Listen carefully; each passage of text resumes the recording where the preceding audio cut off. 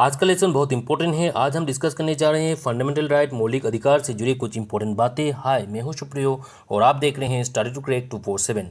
Last class में हम discuss किए थे इंडियन कॉन्स्टिट्यूशन के जो हिस्टोरिकल बैकग्राउंड है उसके बारे में। अगर आप इसे नहीं देखे तो ऊपर आई बटन में मैं लिंक दे दूंगा, उसे देख लीजिएगा। तो चलिए शुरू करते हैं। वीडियो शुरू करने से पहले आपके लिए क्वेश्चन। शुरू में भारतीय संविधान में 7 फंडामेंटल राइट था, लेकिन राइट टू प्रॉपर्टी संपत्ति का अधिकार किस अमेंडमेंट संशोधन द्वारा लीगल राइट कानूनी अधिकार में परिवर्तन किया गया?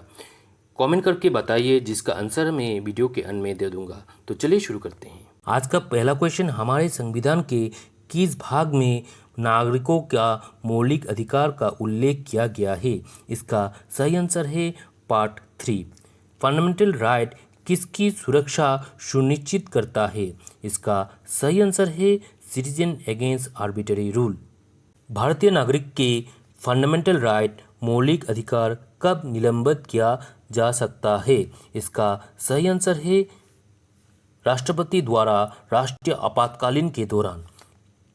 किसी भी फंडामेंटल राइट मौलिक अधिकार का अगर उल्लंघन वायलेंस हो तो कहाँ प्रस्तुत किया जा सकता है? इसका सही आंसर है both supreme court, high court, सर्वोच्च और उच्च न्यायालय दोनों।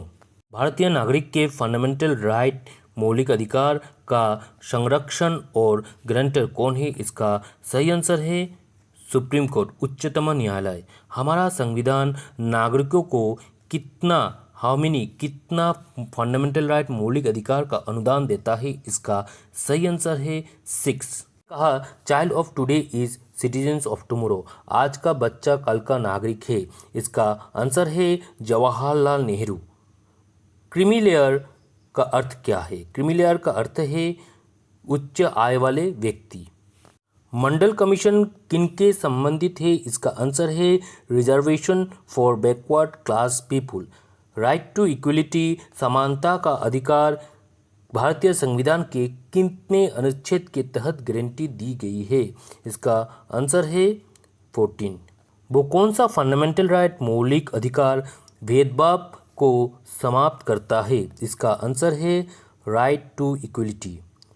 समानता के अधिकार की गारंटी कौन सा अनुच्छेद के तहत दी गई है? इसका आंसर है 14 अनुच्छेद के तहत। भारतीय संविधान के कौन सा अनुच्छेद के तहत फंडामेंटल राइट मौलिक अधिकार का उल्लंघन के मामले में कोई व्यक्ति सीधे सर्वोच्च न्यायालय जा सकता है? इसका आंसर है आर्टिकल 32।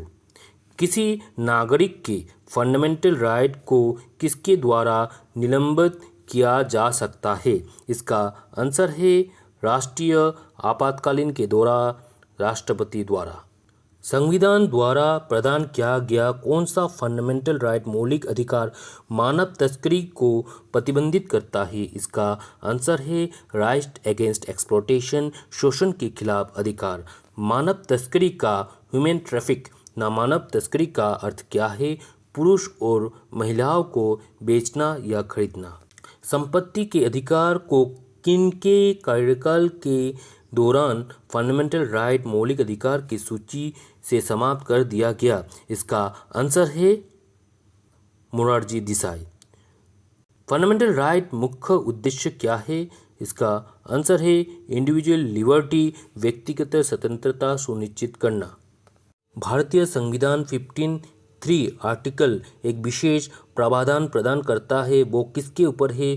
इसका आंसर है महिलाएं और बच्चों के ऊपर।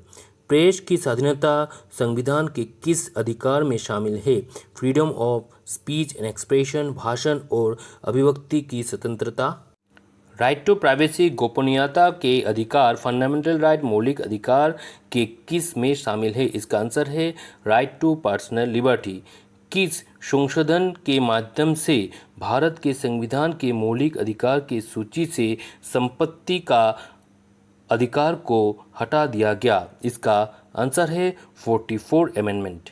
नया जोड़ा गया फंडामेंटल राइट मौलिक अधिकार कौन सा है? इसका आंसर है right to education for children, बच्चों की शिक्षा का अधिकार। भारतीय संविधान के कौन से अनुच्छेद में चाइल्ड लेबर, बाल श्रम निषिद्ध है? इसका आंसर है 24 आर्टिकल। वीडियो के शुरू में मैंने आपसे एक क्वेश्चन पूछा था।